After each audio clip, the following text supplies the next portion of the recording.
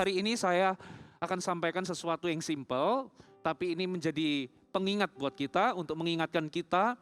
Saudara, ada sebuah janji Tuhan yang luar biasa. Kita buka sama-sama di Mazmur 118, ayat 6 sampai ayat yang ke-7. Mazmur 118, ayat 6 sampai ayat yang ke-7. Saudara, Mazmur ini begitu confidence akan sebuah kenyataan bahwa Tuhan ada di pihaknya. Kita baca ayat 6. Tuhan di pihakku, aku tidak akan takut. Apakah yang dapat dilakukan manusia terhadap aku? Tuhan di pihakku, menolong aku. Aku akan memandang rendah mereka yang membenci aku. Saudara, pemazmur ini dia begitu confidence ngomong bahwa Tuhan di pihakku. Pemazmur ini punya kesaksian bahwa Tuhan itu ada di pihaknya. Dan ada sebuah kebenaran yang luar biasa, kalau Tuhan itu di pihak kita, saudara, siapa akan jadi lawan kita? Dengan kata lain, kalau Tuhan itu berpihak dalam kehidupan kita, kemenangan itu sudah terjamin, katakan amin.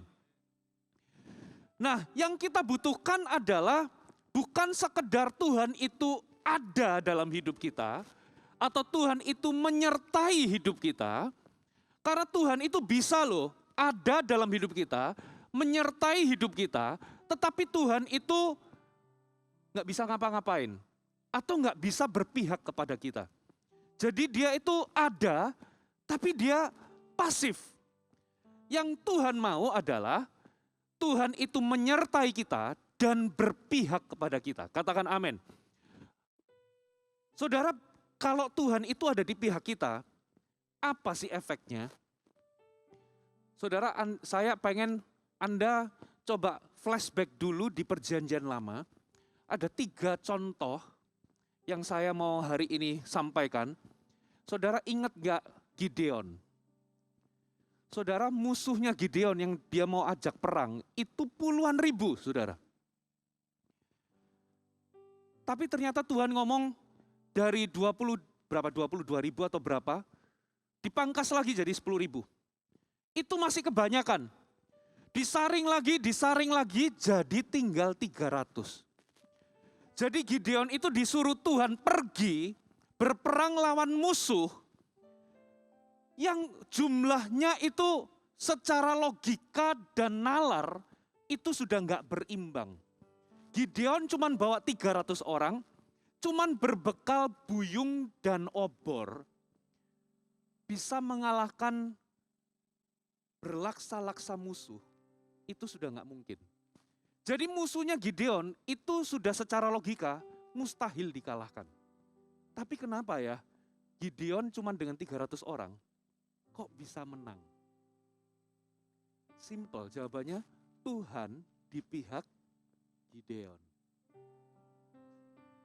Coba saudara, kisahnya Daud.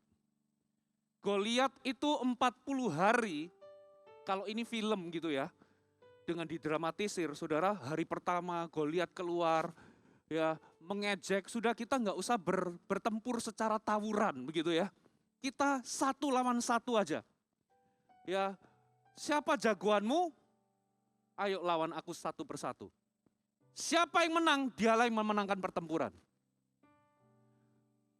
Tiap hari 40 hari, saudara, tiap hari Goliat itu menghina, mengintimidasi, merendahkan barisan tentara Israel.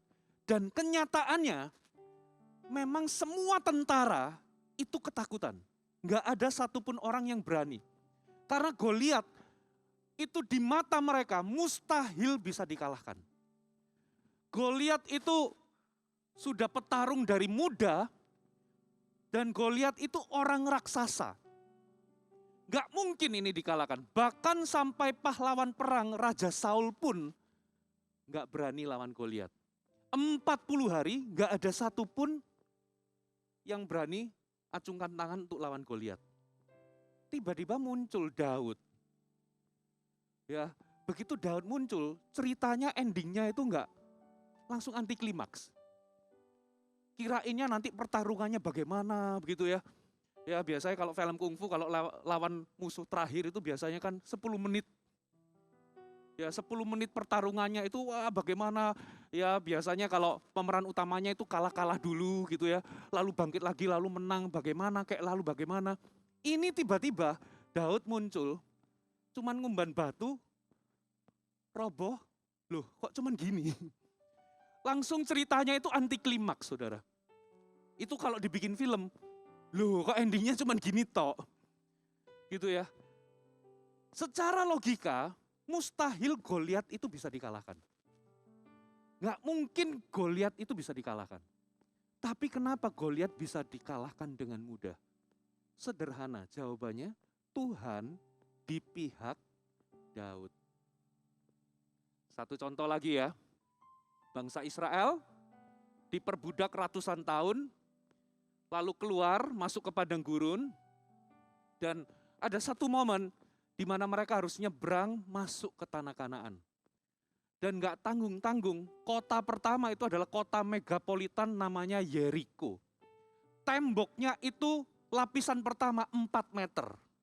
Lalu ada rongga, lalu ada tembok lagi, lapisan kedua itu juga 4 meter. Tembok 4 meter itu segini loh saudara, dari sono ke sini. Ya, itu benteng yang mustahil bisa ditembus. Belum lagi mereka itu punya peralatan perang, ya kereta-kereta besinya, ya dan pasukan pemanahnya atau prajurit-prajuritnya itu sudah standby semua. Sedangkan bangsa Israel ini adalah mereka ini adalah orang-orang yang baru aja diperbudak dan mereka masuk di padang gurun. Mereka nggak pernah latihan militer dan mereka nggak pernah berperang. Jadi secara logika mustahil kota Yeriko itu bisa roboh. Mustahil Yeriko itu bisa diduduki, itu sudah mustahil. Tapi kalau saudara baca di Alkitab, dramatis sekali. Ya muter-muter, nggak boleh ngomong 6 hari itu pokoknya muter-muter nggak boleh ngomong. Hari ke-7 muter 7 kali nggak boleh ngomong. Tapi nanti kalau ada bunyi sangkakala berbunyi mereka disuruh teriak. Dan mereka teriak gitu ya, berseru, bersorak gitu ya. Tiba-tiba gempa bumi, tembok 2 lapis itu bisa roboh. Dan singkat cerita kota Yeriko bisa diduduki. Coba secara logika mustahil tembok itu bisa roboh. Tapi kenapa kok Yeriko bisa diduduki? Sederhana. Jawabannya adalah Tuhan di pihak bangsa Israel. Jadi saudara ada janji yang luar biasa. Kalau Tuhan itu di pihak kita, saudara sebetulnya nggak peduli masalah seberat apapun, persoalan seberat apapun, tantangan sebesar apapun, kemustahilan sehebat apapun di depan kita, kalau Tuhan itu di pihak kita, hidupmu nggak bakal hancur. Katakan amin. Kita pasti terjamin kemenangannya. Nah pertanyaannya begini, apakah Tuhan selalu di pihak kita? Kita sih beriman Tuhan selalu di pihak kita. Tapi pertanyaannya, apakah Tuhan itu selalu di pihak kita? Coba kita baca satu ayat ya. Roma 8 ayat 31.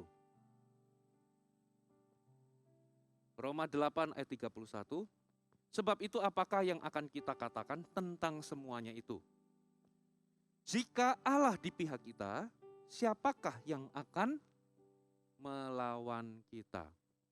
Perhatikan ayat ini dimulai dengan kata-kata jika. Jika Allah di pihak kita, siapakah yang akan melawan kita? Berarti kalau jika itu bisa iya, bisa enggak. Jadi kalau jika itu artinya bisa iya, bisa tidak.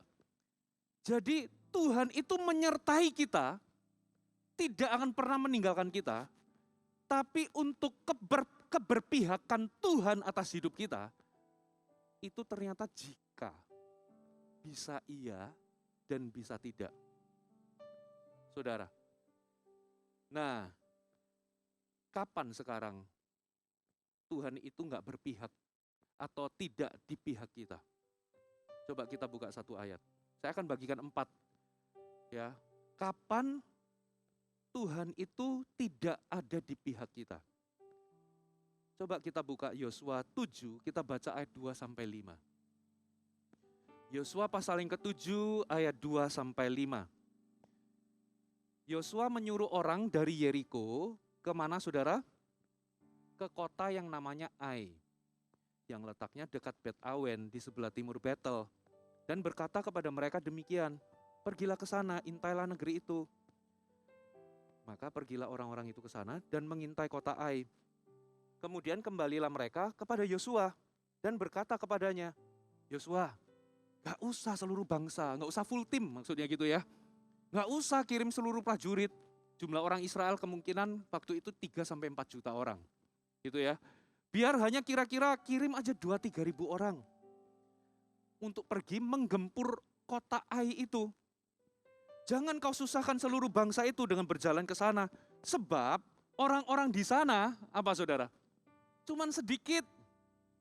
Ini kota kecil, gak kayak kota Yeriko, megapolitan. Gitu ya. Maka berangkatlah kira-kira 3.000 orang dari bangsa itu ke sana. Tetapi, perhatikan, mereka melarikan diri di depan orang-orang Ai. Sebab, orang-orang Ai menewaskan kira-kira 36 orang dari mereka. Orang-orang Israel itu dikejar dari pintu gerbang kota, dari depan pintu gerbang kota sampai ke Shebarim dan dipukul kalah di lereng. Lalu tawarlah hati bangsa itu amat sangat. Saudara, kapan Tuhan tidak di pihak kita? Jawabannya adalah ketika kita hidup di luar kehendak Tuhan. Ya, ayat yang baru kita baca, coba Anda balik lagi ke ayat pertama. Apa yang menyebabkan bangsa Israel kalah? Coba lihat ayat pertama, Yosua 7 ayat 1. Kita baca sama-sama ya. Tetapi orang Israel berubah setia dengan mengambil barang-barang yang dikhususkan itu. Karena Akan bin Karmi bin Sabdi bin Sera dari suku Yehuda mengambil sesuatu dari barang-barang yang dikhususkan itu. Lalu bangkitlah murka Tuhan terhadap orang Israel.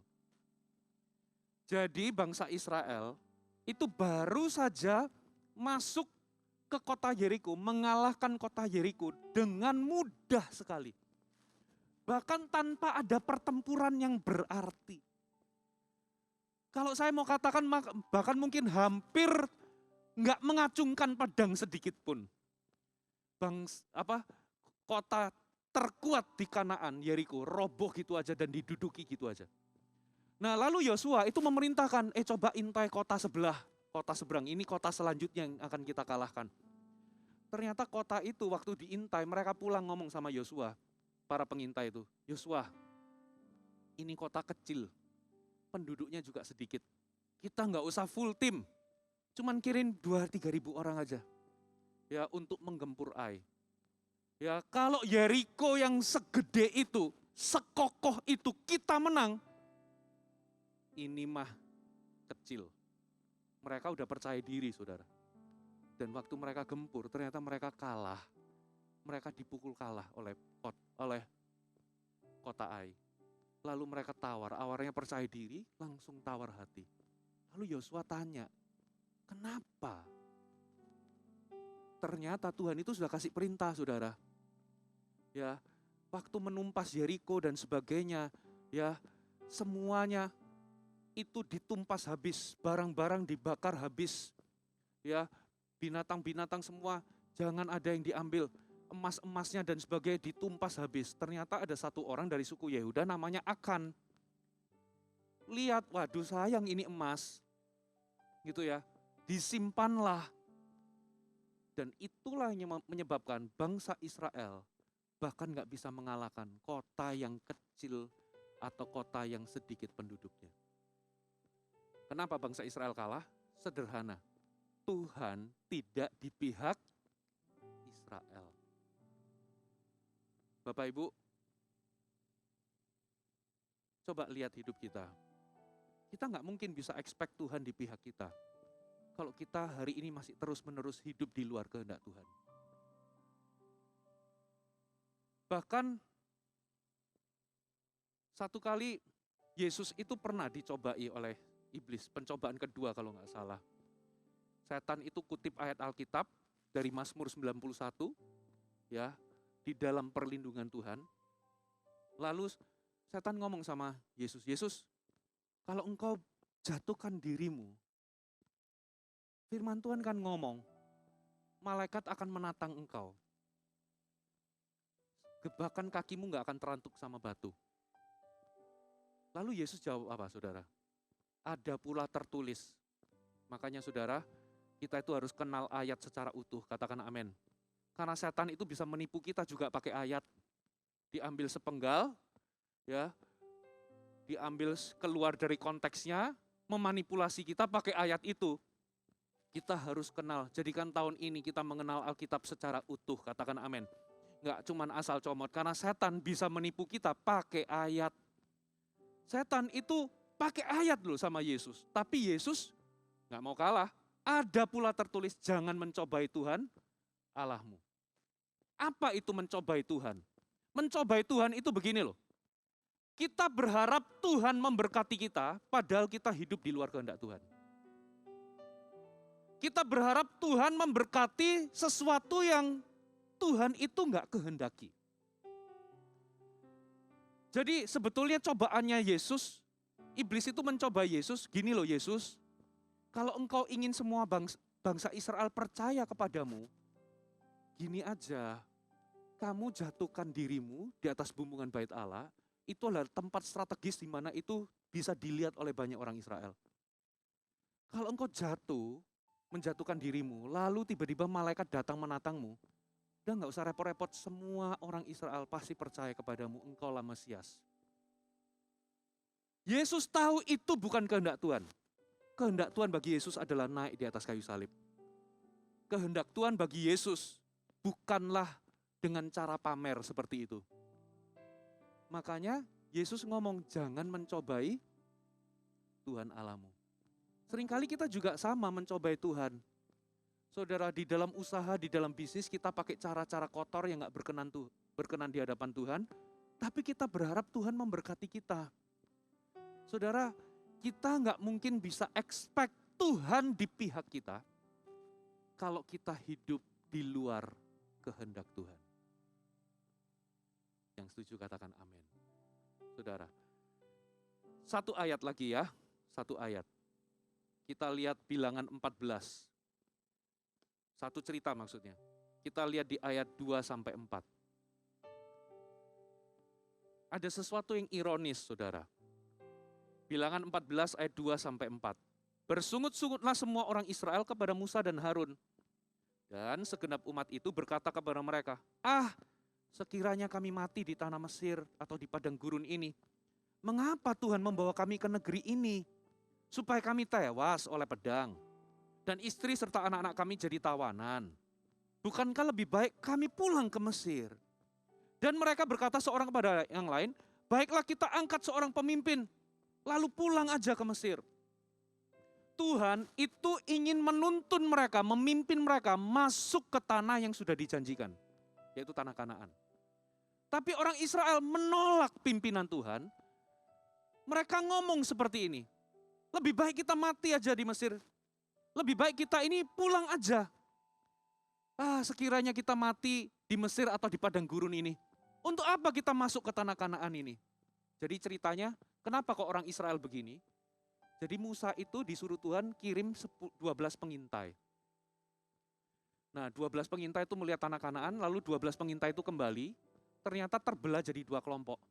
Kelompok pertama isinya 10 orang. Ngomong begini, ini tempat banyak orang raksasa, benteng-bentengnya berkubu-kubu, ya mereka punya peralatan perang canggih-canggih. Gak mungkin kita bisa masuk. Sementara kelompok kedua isinya kecil, cuman Yosua dan Kaleb. Yosua dan Kaleb ngomong, kita bisa kalahkan mereka. Ayo kita duduki tanah Kanaan. Nah ternyata rakyat itu lebih percaya yang kelompok pertama, yang 10 orang. Makanya rakyat itu ngomong begini, mengapa membawa kami ke negeri ini? Lebih baik mati di padang gurun ini atau di Mesir. Kenapa kok bawa kami masuk ke negeri ini? Supaya kami mati. Supaya istri anak-anak kami apa? Jadi tawanan. Sudah kita angkat pemimpin baru aja yang memimpin kita balik ke Mesir. Jadi ternyata bangsa Israel itu memberontak sifatnya. Tuhan suruh maju, mereka pengen ngomongnya balik, nggak mau. Dan akibatnya apa saudara? Kita nggak perlu baca isinya, saudara percaya aja sama saya. 10 orang itu kena tulah mati langsung di tempat. 10 pengintai itu. Sisanya Tuhan itu marah. Tuhan ngomong gini, seperti apa yang kamu katakan, 40 hari kamu ngintai kan? Kamu akan tinggal 40 tahun di padang gurun ini. Semua generasi yang satu umur, generasi yang dibawa oleh Musa, semuanya akan mati jadi bangkai di sini. Ya, yang bisa masuk nantinya adalah Yosua Kaleb yang generasi tuanya sama orang-orang generasi baru. Wah, mereka dengar itu saudara. Ya, Tuhan ngomong kamu akan stay di sini. Waktu mereka dengar itu, coba kita lihat ayat yang ke-40, Bilangan 14 ayat 40 sampai 45. Dan keesokan harinya, bangunlah mereka pagi-pagi, hendak naik ke puncak gunung sambil berkata, sekarang kita hendak maju. Nah ini aneh kan? Kemarin Tuhan suruh maju, mereka nggak mau. Sekarang Tuhan sudah ngomong, oke, kamu stay di padang gurun tak disiplin 40 tahun. Mereka besoknya pergi ke puncak gunung ngomong, sekarang kita maju. Ke negeri yang difirmanan Tuhan itu, memang kita telah berbuat dosa. Tapi kata Musa, mengapa kamu hendak melanggar titah Tuhan? Hal itu nggak akan berhasil. Janganlah maju, sebab Tuhan nggak ada di tengah-tengahmu. Supaya kamu jangan dikalahkan oleh musuhmu. Tuhan nggak ada di pihakmu. Sebab orang Amalek, orang Kanaan ada di sana di depanmu. Kamu akan tewas oleh pedang.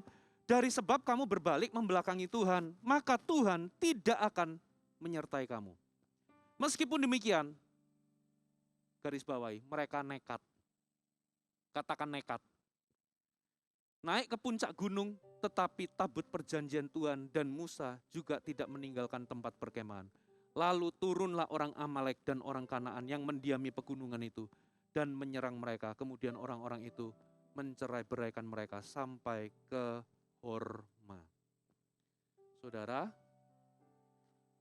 kenapa kapan Tuhan itu nggak ada di pihak kita? Waktu kita ini memberontak, nggak hidup dalam kehendak Tuhan, menolak pimpinan Tuhan. Israel disuruh maju nggak mau. Giliran disuruh tinggal, mereka maju. Musa sudah ngomong, jangan maju, Tuhan nggak di pihakmu. Jangan maju, Tuhan nggak ada di tengah-tengahmu. Mereka nekat, saudara. Nah, makanya iman sama nekat itu tipis, saudara. Tipisnya di mana? Tuhan ngomong apa? Kenapa kok Petrus bisa jalan di atas air? Karena Tuhan sudah ngomong datanglah. Jadi itu iman saudara. Nah sementara banyak dari kita nggak ada dasarnya, Tuhan nggak merintahin sesuatu, kita nekat jalan di atas air. Hati-hati, iman sama nekat mirip memang. Saudara, tapi yang satu nggak ada dasar, yang satu ada dasar, yaitu kehendak Tuhan. Katakan amin. Kapan Tuhan itu nggak berpihak dalam hidup kita? Ketika kita hidup di luar kehendak Tuhan. Saudara, terus jadi bagaimana Pastor Fuji? Make sure di dalam semua area hidup kita. Efesus itu berkata, usahakanlah dirimu mengerti kehendak Tuhan.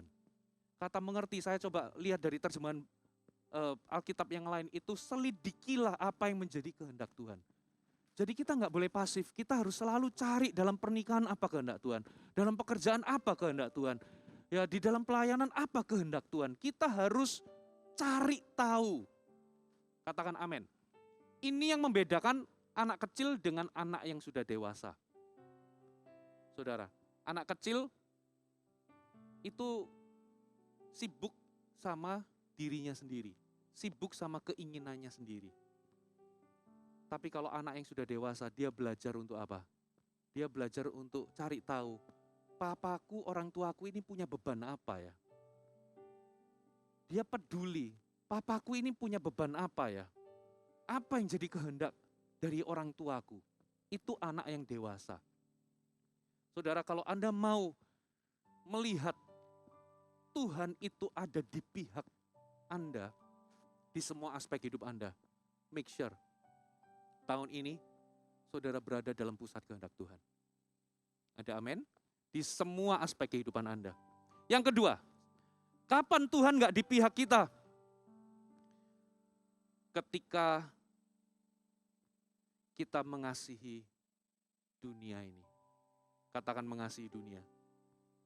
Kita baca ya ayatnya, Yakobus 4 ayat yang keempat. Hai kamu orang-orang yang tidak setia, tidakkah kamu tahu bahwa persahabatan dengan dunia adalah permusuhan dengan Allah?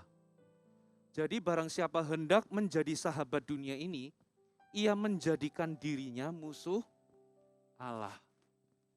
Saudara, Alkitab nggak ngomong, ayat ini nggak ngomong Tuhan memusuhi kita, tidak. Ya, tapi ayat ini ngomong bahwa kita itu ketika mencintai dunia ini, menjadi sahabat buat dunia ini, kita itu memposisikan diri sebagai musuhnya Allah.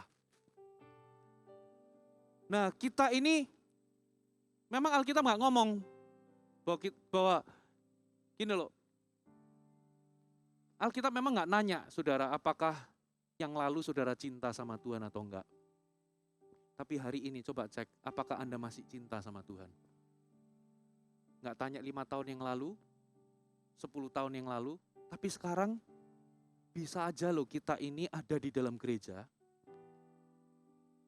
secara status masih anak Tuhan, masih kekasihnya Tuhan, tapi hati kita sudah selingkuh dengan dunia. Saudara, semua hal, dari mana kita bisa tahu seseorang mencintai dunia? Coba kita lihat arah hidupnya, apa yang dia kejar.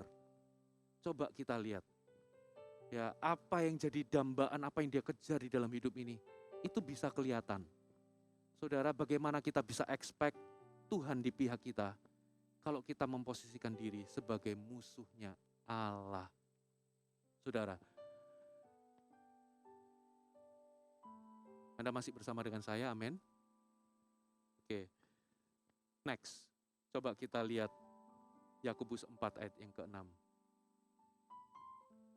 Tapi kasih karunia yang dianugerahkannya kepada kita lebih besar daripada itu. Karena itu ia katakan, Allah menentang orang yang congkak, tetapi mengasihani orang yang rendah hati. Kata menentang itu artinya melawan. Saudara, kapan Tuhan gak di pihak kita ketika kita hidup dalam kesombongan? Saudara, setiap hari kita ini digoda untuk menjadi sombong. Ada godaan, ada rangsangan. Kapan kita ini mulai menjadi sombong? Ketika kita ini sudah merasa hebat, ketika kita ini sudah merasa pandai, kita merasa bahwa segala sesuatu yang kita raih itu karena kita, karena kekuatan kita, dan karena kita pintar. Hati-hati loh saudara. Ya, itu nyata loh. Nah, kita ini seringkali cuman berjaga-jaga terhadap godaan yang namanya apa? Perzinahan. Tapi ternyata godaan kesombongan itu juga nyata loh. Nah, padahal Alkitab ngomong Filipi 2 ayat 13, Allah lah yang mengerjakan di dalam kamu, baik kemauan maupun pekerjaan menurut kerelaannya. Jadi kalau saudara itu bisa punya inisiatif, punya kerinduan, ya entah itu di dalam bisnis, bisa punya keinginan untuk maju, bisa punya keinginan untuk mencapai sesuatu, punya kerinduan, punya inisiatif, itu pun Tuhan yang kerjakan. Lalu amin. Kita bisa punya kerinduan pun itu adalah Tuhan yang kerjakan. Baik kemauan maupun pekerjaan. Kalau kita ini bisa achieve something, mencapai sesuatu, itu adalah Tuhan. Saudara, yuk kita saling mengingatkan satu sama lain, bahwa kita nggak boleh merasa, oh aku ini sukses, aku berhasil. Seolah-olah itu semua karena kita. Bangsa Israel itu pernah, jangan ya lupakan, jangan gini loh, jangan lihat bahwa itu karena jasamu. Tapi jangan lupakan Tuhan. Kalau kamu bisa berhasil itu karena Tuhan yang memberi kekuatan untuk memperoleh kekayaan. Ada amin? Nah, hidup dalam kesombongan itu real. Saudara nanti bisa lihat dari apa, saudara? Dari kata-kata kita, tindak tanduk kita, hati-hati. Saudara, karena apa? Tuhan menentang orang yang congkak dan memberikan kasih karunia. Terjemahan bahasa Inggrisnya itu give grace, mengasihani itu give grace kepada orang yang rendah hati. Bagaimana kita bisa expect Tuhan di pihak kita kalau hari ini kita ini sombong?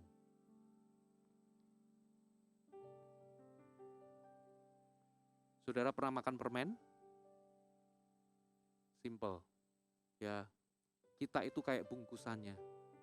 Tuhanlah permennya. Begitu bungkusan itu lepas dari isinya, bungkusannya itu langsung apa? Dibuang. Ya, kita ini bungkusan. Di dalam kita inilah Tuhan yang bekerja. Ada amin, saudara? Kita nggak boleh lupa. Jadi kalau hari ini Anda bisa mencapai sesuatu, saudara, Anda bisa berhasil, saudara bisa punya keinginan-keinginan yang luar biasa. Itu semua pekerjaan Tuhan dalam hidup kita. Yang terakhir, kapan Tuhan tidak di pihak kita? Yesaya 63, kita baca di ayat yang ke-10. Tetapi mereka memberontak dan mendukakan Roh Kudus-Nya. Maka ia berubah dari sebelumnya ada di pihak Israel, jadi menjadi musuh mereka. Dan ia sendiri berperang melawan mereka. Kapan Tuhan tidak di pihak kita ketika kita mendukakan Roh Kudus-Nya? Jadi ketika kita mendukakan Roh Kudus, Tuhan itu berubah dari kawan kita atau dari di pihak kita, itu jadi musuh kita. Dan Allah sendiri melawan kita. Waduh, ngeri ya. Saudara, nah apa maksudnya mendukakan Roh Kudus?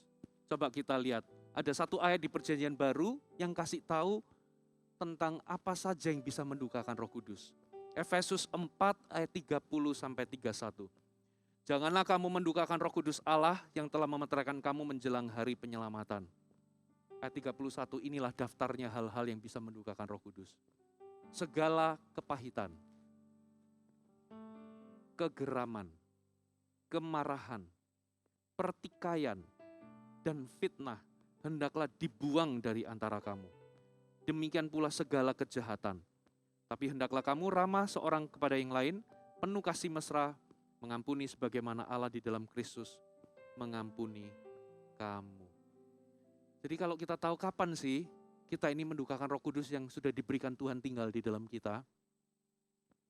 Saudara, yang pertama ketika kita ini kepahitan.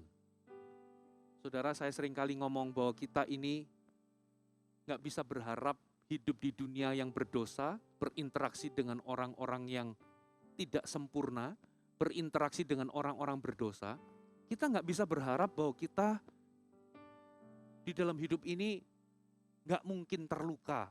Atau gak boleh ada orang yang nyalai kita. Ya, atau gak boleh ada orang yang menyakiti hati kita. Itu gak mungkin, saudara. Selama kita masih bernafas hidup di dunia berdosa ini, kita ini bisa dilukai orang, termasuk kita ini bisa melukai orang. Karena kita berinteraksi dengan orang yang tidak sempurna dan kita sendiri juga enggak sempurna. Ya, tapi ada perbedaan, Anda dilukai orang dengan Anda hidup dalam kepahitan. Itu beda. Kita enggak bertanggung jawab terhadap perlakuan orang terhadap kita, tapi kita bertanggung jawab atas respon dan keputusan hati kita. Kita bisa dilukai orang, tapi tanggung jawab kita apakah kita mau hidup dalam kepahitan atau tidak. Saudara, nah hidup dalam kepahitan ternyata mendukakan Roh Kudus. Saudara, bagaimana Tuhan bisa membela perkara Anda? Bagaimana Tuhan bisa membela hidup Anda? Bagaimana Tuhan bisa ada di pihak saudara kalau Anda hidup terus-menerus dalam kepahitan. Bereskan. Di awal tahun ini beresin. Saudara nggak bertanggung jawab atas perlakuan orang. Itu urusan orang itu dengan Tuhan. Tapi Tuhan mau kita nggak hidup dalam kepahitan. Tuhan mau kalau Tuhan suruh kita lepaskan pengampunan, bereskan, lepaskan. Jangan dendam. Kasih itu tidak menyimpan kesalahan orang lain. Ya, jangan membangkit-bangkitkan. Di Amsal berkata, ya kasih itu tidak membangkit-bangkitkan perkara. Suami dan istri, ya kesalahan suami yang 15 tahun yang lalu, tutupi saja, sudah. Jangan dibikin perkara lagi, diingat lagi, diperkarakan lagi. Saudara, jangan dendam, jangan simpan kesalahan orang. Mulai hari ini stop untuk kepahitan. Lalu gak cuma kepahitan, dikatakan kegeraman. Saudara, simpan kemarahan bertahun-tahun. Pertikaian, fitnah, semuanya itu termasuk segala kejahatan. Buang itu semua. Coba kita cek, saudara, hari ini apakah hidup kita ini menyenangkan hati Tuhan atau kita nggak sadar kita ini terus-menerus mendukakan Tuhan. Bagaimana kita bisa kayak pemazmur tadi, confidence, punya kesaksian bahwa Tuhan di pihaknya. Ya confidence loh, Tuhan di pihakku, aku nggak takut. Tuhan di pihakku, Dia menolong aku. Pemazmur ini punya clear conscience. Dia itu punya hati nurani. Dia bisa yakin dan confidence Tuhan di pihaknya. Simple, karena apa? Karena dia nggak hidup dalam kepahitan, nggak hidup dalam kegeraman. Dia nggak hidup mendukakan Roh Kudus. Apa aja saudara? Yang pertama, kapan Tuhan nggak di pihak kita? Ketika kita hidup di luar kehendak Tuhan, memberontak dan nggak mau dipimpin Tuhan. Yang kedua, ketika kita hidup dalam kesombongan. Yang ketiga, ketika kita hidup dalam, kita mendukakan Roh Kudus. Yang kedua, ketika kita mengasihi dunia. Yang keempat, Nah terus gimana, Pastor Fuji? Saudara, satu kali saya dengar sebuah cerita. Ya, ada kapal perang Amerika Serikat. Saya pernah cerita kalau nggak salah di sini. Dia itu melaju, lalu samar-samar di depan sana itu ada kapal lain karena kelihatan dari lampunya. Gitu ya. Kaptennya langsung berkata, di sini kapal perang Amerika Serikat, ya, kamu berada di jalurku, silakan bergeser 10 derajat ke arah selatan. Ya, ditunggu, lampunya tetap di situ. Kali kedua, di sini kapten siapa saya lupa. Tolong bergeser 10 derajat ke arah selatan, kamu menghalangi jalurku. Ditunggu gak ada respon, ketiga marahlah sih. Siapa ini? Kapten. Ini kapal perang Amerika Serikat, silahkan bergeser. Lalu sayup-sayup terdengar suara, balasan. Suara itu ngomong di sini, siapa begitu ya? Ternyata dia itu cuma pegawai biasa. Tapi dia ngomong di sini mercusuar. Saudara, maksudnya apa? Kita lah yang harus sesuaikan diri dengan Tuhan. Katakan amin. Kita yang harus sesuaikan diri. Kita nggak boleh paksa Tuhan kita itu hidup. Kita hidup semaunya. Kita hidup di luar kehendak Tuhan. Kita mengasihi dunia. Kita hidup di dalam hidup mendukakan Roh Kudus, kita hidup dalam kesombongan, tapi kita berharap Tuhan berkati hidupku. Ya Tuhan, tolong hidupku. Tuhan buat mujizat, Tuhan berikan kemenangan dan terobosan dalam hidupku. Tapi kita hidup itu nggak mau menyelaraskan diri. Kita mau Tuhan yang menyesuaikan diri dengan kita. Nggak bisa gitu. Tahun ini kita mau menyesuaikan diri dengan Tuhan. Kita mau menyelaraskan diri dengan kehendak Tuhan. Kalau kita mau ada di pihak Tuhan, pertama-tama kitalah yang harus, kalau kita mau Tuhan di pihak kita, pertama-tama kitalah yang harus di pihak Tuhan.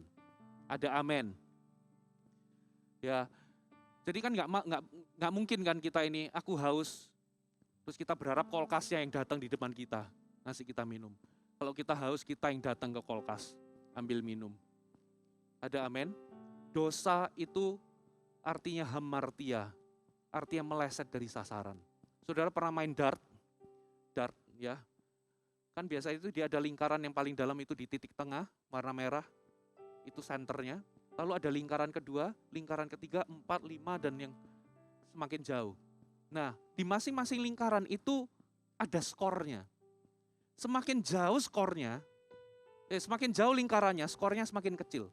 Tapi semakin mendekati ke tengah, semakin besar. Apalagi kalau sampai tepat ya di tengah. Nah, kalau saudara hari ini melempar, hidupmu itu meleset dari sasaran jauh banget, sampai lingkaran ke-7. Saudara, ini waktunya Anda coba lagi. Ada kasih karunia Tuhan. Kasih karunia Tuhan itu diberikan supaya kita hidup dalam kehendak Tuhan. Banyak orang ngomong, Pak, kan Tuhan baik. Kan Tuhan penuh dengan kasih karunia. Ya saya nggak hidup dalam kasih karunia, nggak hidup dalam kehendak Tuhan kan nggak apa-apa. Tuhan kan baik, nggak bisa saudara. Kalau Anda mau Tuhan di pihak Anda harus hidup dalam kehendak Tuhan. Gunakan kasih karunia untuk bangkit dan coba lagi. Kali ini mungkin masih meleset, tapi dari 7, garis ke-7 sekarang garis ke-6. Terus bangkit. Kasih karunia ada diberikan supaya kita bisa hidup melakukan kehendak Tuhan. Terus coba sampai Anda itu makin dekat, makin dekat, makin dekat. Dan sampai hidup kita itu ada di pusat kehendak Tuhan. Disitulah saudara Anda akan lihat, mau masalah sebesar apapun, mau tantangan sebesar apapun, kita tahu kita hidup dalam dunia yang penuh dengan realita-realita seperti itu. Tapi itu gak akan mampu menghancurkan Anda. Ada jaminan kalau Tuhan di pihak kita, kemenangan yang Tuhan akan beri. Ada amin? Selaraskan dirimu makin dekat dengan kehendak Tuhan.